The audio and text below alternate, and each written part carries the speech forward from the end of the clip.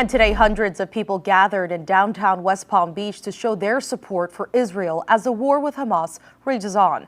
Our Steve King is in downtown West Palm Beach now with a look at the message from the demonstrators and how they're making their voices heard.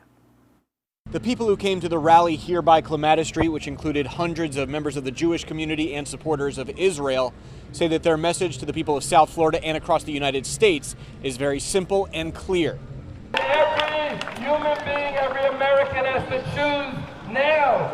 Do you stand with good or do you stand with evil? The people who came to the rally say this is exactly where they needed to be.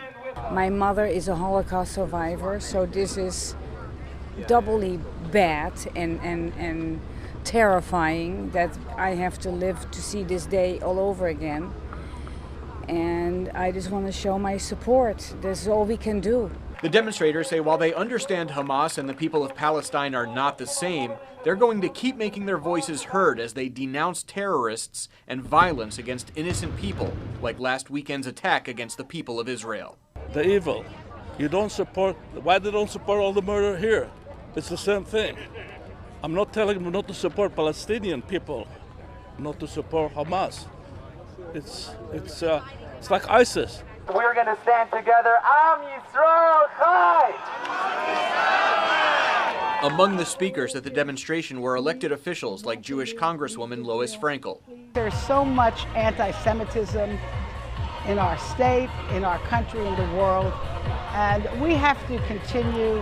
Those who believe in freedom and democracy need to continue to speak out, and not only on behalf of Israel, but on behalf of democracy all over the world.